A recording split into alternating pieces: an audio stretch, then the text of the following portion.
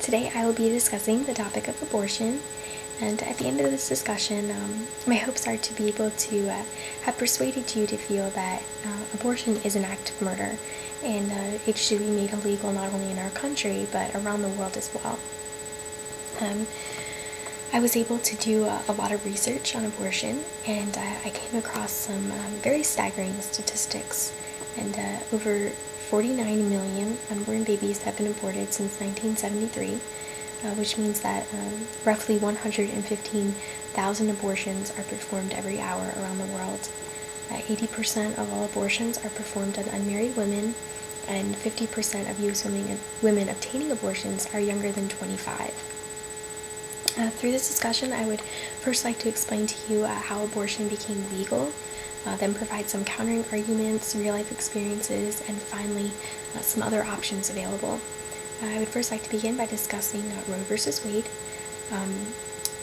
In 1973, Roe v. Wade was a landmark decision made by the United States Supreme Court to legalize abortion. Jane Roe, a U.S. citizen, believed that she had the right to abort her baby based on the right to privacy found in the 14th Amendment. Unfortunately, due to this decision, as I mentioned above, our world has faced the death of many unborn babies. Merriam-Webster's dictionary defines abortion as the termination of a pregnancy after, accompanied by, resulting in, or closely followed by the death of the embryo or fetus. There are many people in our world, those who are pro-choice, who beg to differ that abortion is murder because they believe that a fetus is not a human being. They believe that a fetus is just another part of a pregnant woman's body, like an appendix or tonsil. What I feel that they fail to realize is that the baby could die and the mother could live, or the mother could die and the baby could live during the pregnancy at any time, which proves that they're both separate individuals. And Tony Perkins, the president of Family Research Council in Washington, D.C., stated in his article on the value of life that science cannot settle the ultimate questions about the sanctity of life alone. God is the creator of life, and he determines when life begins.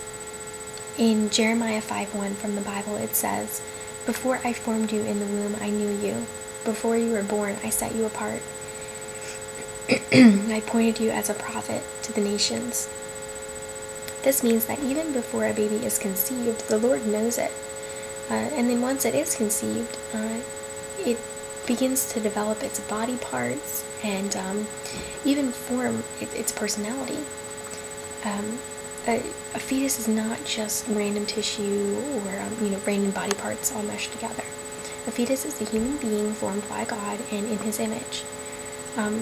Again, there are some who will say, people who are pro-choice, will argue that we look over those who have been pregnant by rape or incest. And Randy Alcorn, who wrote the book Why Pro-Life, made a statement on this issue. "Imposing capital punishment on the innocent child of a sex offender does nothing bad to the rapist and nothing good to the woman." Basically, rape or incest is never the fault of the child, the innocent party.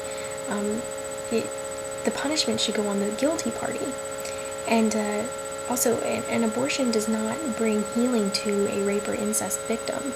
In some cases, it can even cause more depression, more regret. I was able to find some real-life experiences from those who went through with abortions, and many of them have regretted their decision and would do anything to take it back. For example, Tanya, age 21, wrote on a blog that her abortion has caused her so many problems in her life, from depression to eating disorders to guilt and regret. Amanda, age 23, ever since that day, I still think of how much of a coward I was and how much I just ran away from the situation. Shirley, age 23, it will stick with you for the rest of your life and it will hurt every time you think about it. Allie, age 39, I've totally changed my stand on this. Never will I encourage abortion over adoption again. There is a better way. Norma McCorvey, alias Jane Roe, after she had fought to get her abortion, and eventually went through with her abortion, several years later, regretted her decision and realized that it was the wrong choice. And she said, "I signed an affidavit that brought the Holocaust of abortion onto this nation. I'm just really grateful I'm in the kingdom of God now, and all is forgiven." Even Jane Roe, who did all she could to make abortion legal in 1973, changed her opinion on this issue. And abortion is not the answer to your unplanned pregnancy.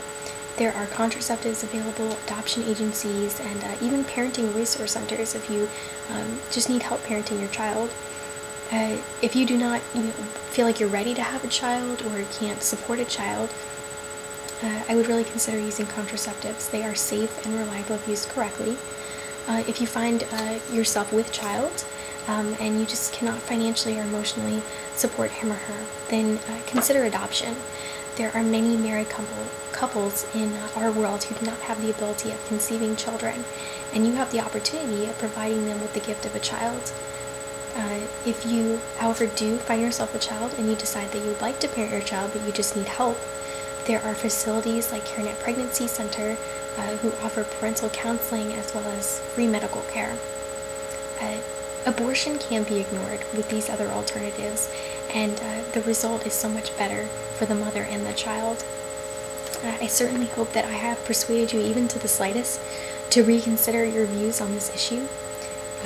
You need to remember that abortion is an act of murder because a fetus is a human being, and there are other alternatives, as I mentioned: contraceptives, adoption, and even parenting resource centers. I encourage you to stand up against abortion and be a voice for those who really just cannot be heard.